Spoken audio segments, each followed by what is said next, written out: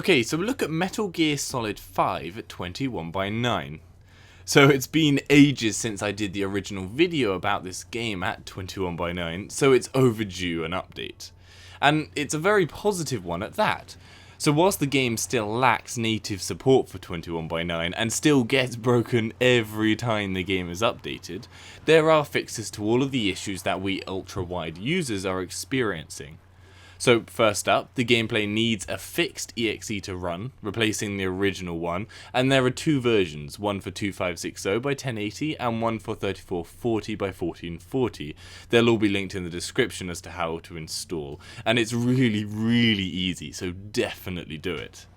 Secondly, the ultra-wide view causes all the markers in game to screw up and be way off mark, so you will need to use the second fix on top of the base gameplay exe fix in order to make the markers jump back into place. And literally when you click the button whilst in game, the markers just jump back from where they were off-centered previously, so again, a very easy fix and one that you really should do. You must unfortunately do this every time you load up the game though, but it's painless enough, and I'll have a full explanation of what to do in the description. Finally, there is a third fix available that sorts out the FOV, which, let's be honest, it is very restricting in the base game, and this fix allows for the distance of the camera from the character to be increased or decreased so much as you like, in 10% jumps up or down, or 20% jumps up or down. And to use this fix, it's the same as the markers fix, being that it is in live gameplay, and you just click F3, F4, F5 or F6, each decreasing or increasing the FOV in different amounts. Again, full details on how this works will be in the description. Now, these fixes aren't perfect, so with just the gameplay fix installed, the gameplay correctly scales to the sides of the screen, allowing more of the world to show on the sides, and it really is lovely. Unfortunately, the main menu and in-game menu HUD elements and the gameplay HUD elements are all stuck at 16:9, but it's not the end of the world. It would be lovely to have the gameplay HUD shift to the sides mainly, though out of the three, I really wish that did shift out of the way. The in-game menus just show off more of the game world on the sides, and the main menu just shows off more of the helicopter you're sitting in whilst you're navigating them, so the fact that they're in the same place as 16:9 screens doesn't really matter. Cutscenes correctly show off more of the game world on the sides of the screen. There's no pop-in issues or zooming or cropping, which just adds to the question of why isn't 21:9 natively supported. The map is part of the iDroid interface, and so the iDroid is stuck with its 16:9 design, so you've got this blue faded colouring on the sides to blend into the background image that you're looking at, so it actually doesn't really matter that it doesn't fill the screen. And honestly, it is useful being able to see past the iDroid at the sides as the game doesn't freeze, so enemies can walk into or onto you whilst you're using it, so having the extra screen view into the world is actually kind of useful. Now, there are some small issues spread throughout the game. These include sniper rifles. When scoped in, the sides of the black 16:9 section are not black in the 21:9 extra sections, just showing the game world behind, and it is a bit annoying. When finishing or starting chapters, you get a blank black screen with some text in the middle, and this should again fill the whole screen with a black background, but instead just very small but still prevalent bars show other menus behind the black image, breaking the slick effect that was meant to occur. These small issues occur throughout and aren't game breaking or anything like that, but they all point to why I'm always getting annoyed when we have to mod in ultra-wide support and it's not natively there. When you're modding it in, it's never perfect. Now, the second fix, the marker fix, is totally perfect. It has no issues that I've found yet, unlike the other two, so expect the game to play as I've just stated. And yeah, it is a real must to get the markers on point. I didn't for the first month of playing this game, and it's just so much harder when you don't really know where anyone is. Now, lastly, if you decide to run the game with all the mods, including the FOV mod, the FOV mod has some issues.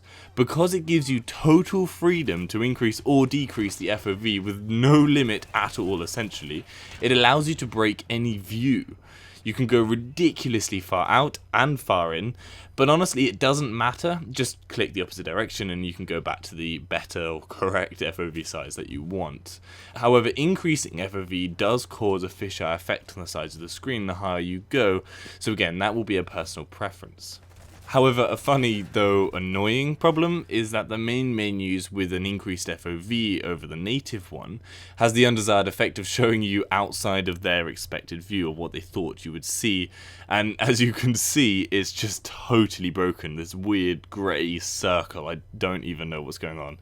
But yeah, in these moments you might want to then zoom back in and decrease your FOV, but honestly you're not going to be in the menus long, so I wouldn't bother just going in and out purely for the menus. Now in cutscenes, increasing or decreasing your FOV has the same effect as being in game.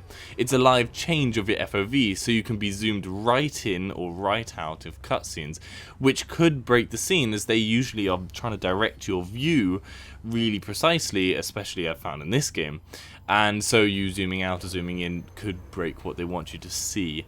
I've really increased my FOV and I've had no problems with the cutscenes, so it's unlikely you're going to have any issues. It's just a point to note.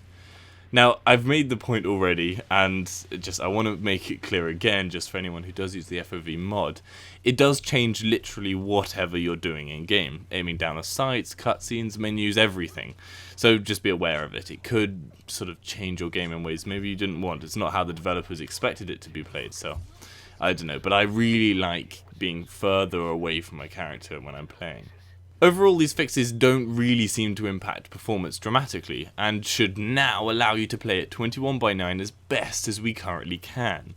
I increased my FOV a few notches and could still maintain a steady 60 FPS, yeah, the game is locked at 60 annoyingly, at 1440p at ultra settings, so it wasn't really an issue on my 980 Ti.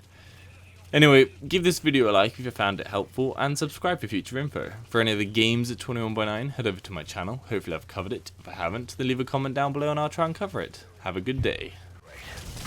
Watch out. You could run into the enemy at any time. Feel the roots. The branches. Become one with the forest. The forest is aware of the enemy's noise. You must be too.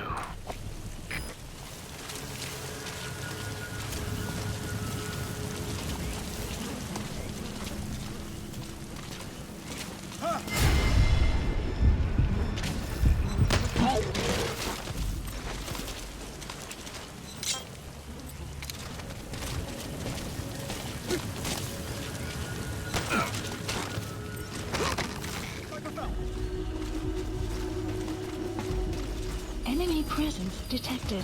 The map has been updated. Hey! Stay alright! Don't move. Don't move.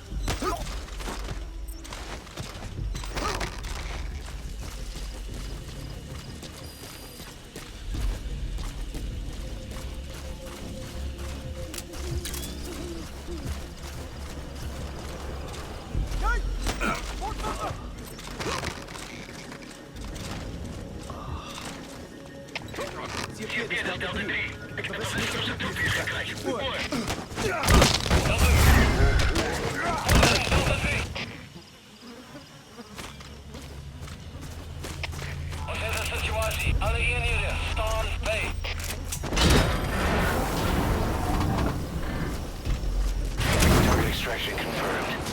That leaves one target to go. Take care of the next, but it's not now.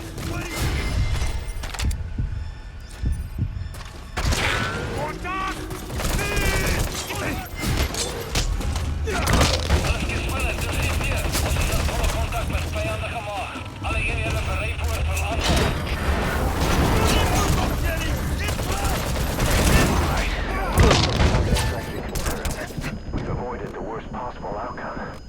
Exfiltrate the area. Go ahead and call the chopper.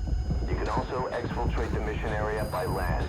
The map has been updated. Please select a landing zone. Support helicopter Roger. requested.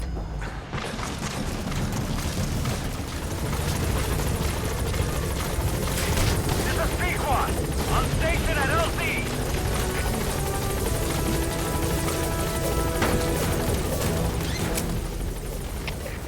Heading out for you. Revenge against Big Boss, did he?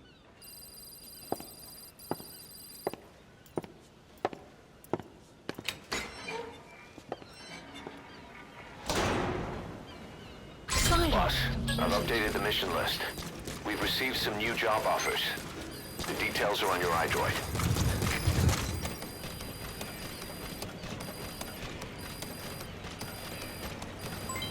Development project has been added.